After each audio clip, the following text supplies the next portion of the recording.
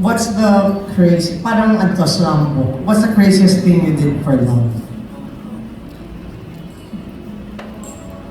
Too crazy to mention.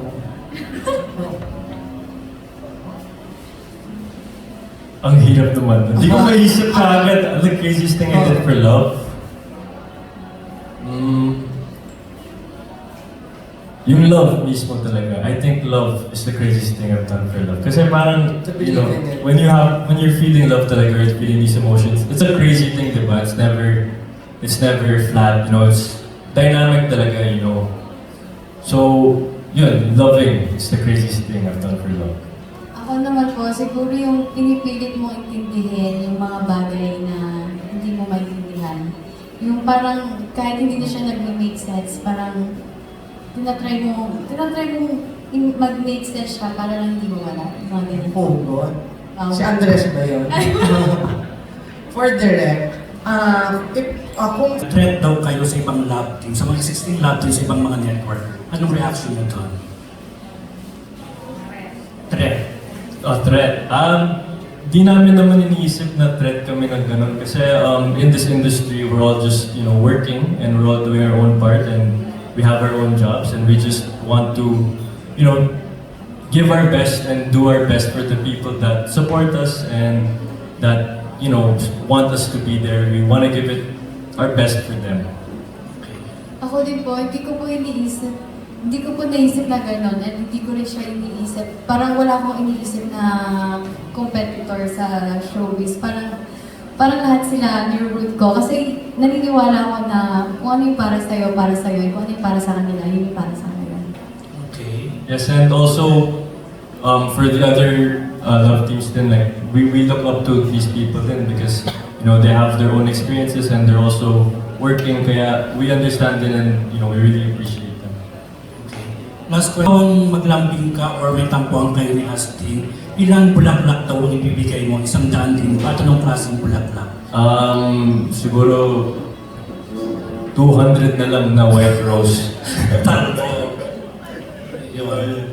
Ikaw, Astin, nakukuha ko pa sa bulaklak?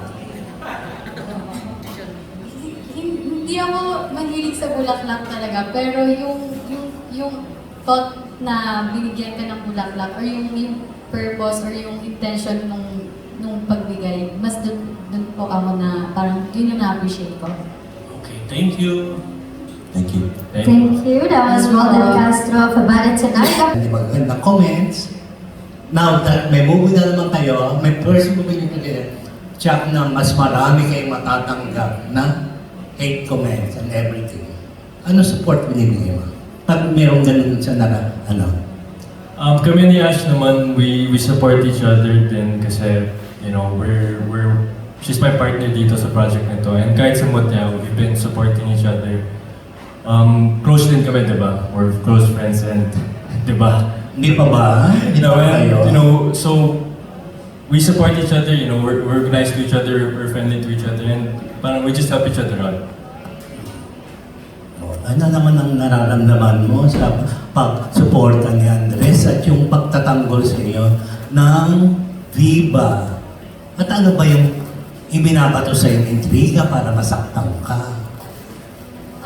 Wala naman kasi ako kay Andres, sobrang thankful din ako kasi malaking bagay din po yung may mga friends ka na mapagkakwentuhan, ganyan, and sobrang thankful ako sa sa mga taong willing po talaga makinig. And sa tungkol doon, parang wala lang po, natatawa lang po ako kasi siguro kung totoo siya, masasaktan ako. Buti naman din. Hayaan mo lang yung mga passion na mga haters mo, di ba? So after this kayo, magkain laban na kayong dalawa. Ano po ulit? After filming this film, siyempre with Direct Jason, marami kayong mga romantic scenes together. After this, magkailaban na kaya sila direct? Sila lang ang makakasagot. Sagutin nyo nga. Patalo sa... Ako naman, si Ash is, you know, she's my partner dito. Parang nag-starter kayo. Parang nauutal ka. Di po. Hindi pa ba? Sige. Yun nga, sasabihin ko nga si Ash, you know, we support each other talaga from Mutya and now sa Minamahal with Direct and you know, parang we're very professional with each other talaga, and you know, we know what's right and what's wrong, and we work well together. Yun ang importante talaga. And si Ash is also amazing to work with din, kaya yun. How about you, As? Ayun po, pinaprioritize po talaga namin kasi ngayon yung work, and sobrang thankful po kami sa mga blessings na natatanggap po namin. Kaya kami, mas gusto po talaga namin mag-focus po sa work. Kay love naman siya. Po? Kay love. Ulit yun. Kay Jamila. Kay love, di ba? Siyempre naman. Oo. Di ba? Di ba? Hindi masama, di ba? Good luck, kaya na yan, di ba? Movie lang yun, ha? Officially, love team na talaga ang Aspects dito sa Minamahal. Kasi, di ba, ang fandom, let's admit it, ang dami-dami mga talo-talo, diskusyon, away-away, kasi sinasabi nila hindi pa official. Will this make the love team official between Ashton and Agnes? Para sa amin naman, I don't recall or I'm not sure paano nagiging official yung mga love teams or gano'n. Pero as for now, ang alam namin is, you know, we're working together and we were blessed with the opportunity to, you know, do another project instead of Mutya now with this. So, parang we respect each other very well, and you know, it's great to work with Ashton. Kaya yun. Ashton, your take. Ako ganun din po. Sobrang thankful po ako and sa lahat ng sa nabibigay na project po ngayon. And if ever man po na magkaroon si Andres ng ibang work or ganyan, I'll be here pa rin. Supporting pa rin po ako sa kanya. Paano niyo tinitake yung mga overzealous na mga silosong mga fans ninyo? Kasi gusto makita kayong dalawa lang. Yung iba naman gusto makita sa iba naman. So, how do you handle this kind of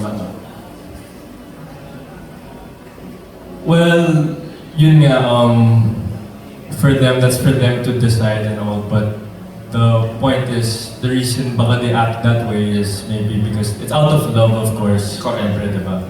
Yun yung point yun, parang it's out of love because they care for us so much and we care for them din and we appreciate talaga yung support nila sa amin. Ashton, ikaw din sagot. I'm sorry.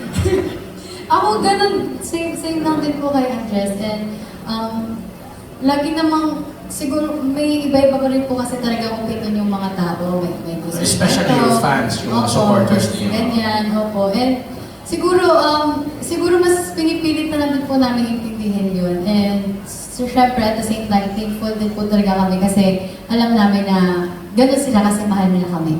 Mm-hmm. Kasi yung iba sobrang nangingialam na no? Yung sobrang, yung kaya nagdidictate. Anyway, direct question ko, kasi naging formula. Like, alam mo parang this character, si Rafi na to, it's super close to how I am as a person. Parang I used to compare it to when I was back in high school. Yung character na si Rafi na super quiet, he's reserved, pero parang he's invisible but he's there. But I don't wanna spoil too much din, but Yes, wala pa. Siya ng daddy, ganun. Ikaw rin ba workshop ka, acting workshop ng dad mo?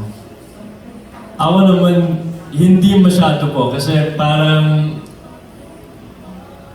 when he doesn't like directly workshop me or kahit si Tash naman. Pero if we ask him din na, Dad, sa tingin mo, anong pwede dito sa eksena nito? Parang may insight din siya talaga and he knows from his experience din. So it's nice to have another opinion din sa sequence, diba? Sa eksena, sa attack ng scene and yan. So it helps. Pero di ko naman sasabihin na when na-workshop niya ako, like, kasi talagang hindi.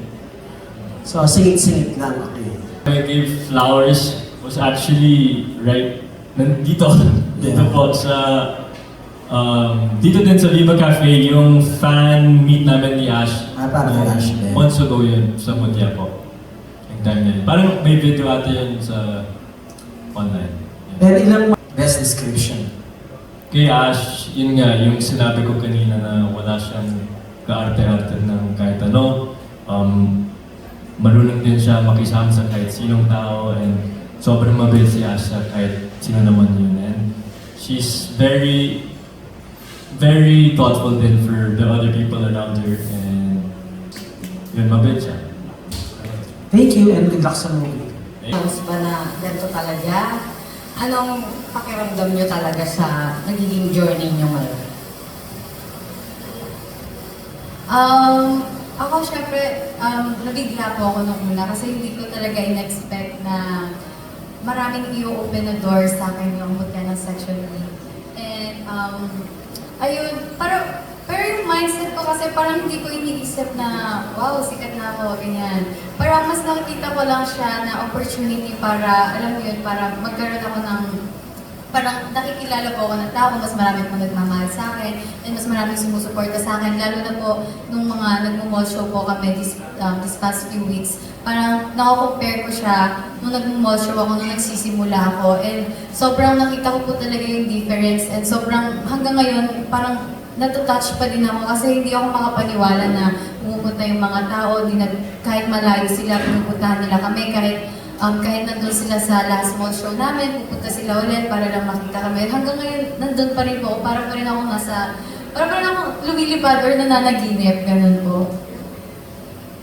Ako naman, talagang super grateful ako na lahat nangyayari ngayon sa work and sa buhay ko ngayon. And super grateful ako sa lahat ng nagsusupport sa akin, you know, in my journey. It's really been talagang di ko in-expect lahat itong mangyayari kahit yung success ng Montya and everything. Pero we owe that all to the fans really kasi, you know, we not only want to do good work for ourselves but also for the people that support us and that, you know, look up to us. And bilang isang artista, it's important din na, you know, we set a good example and become good leaders for these people that support us. And overall, just really give them a good performance which they deserve. And yun nga, just being super grateful talaga ako po na for everything. Minsan nga nakakaiyak din, but yun. Talaga, naiiyak ka. Last na lang, ay natanong na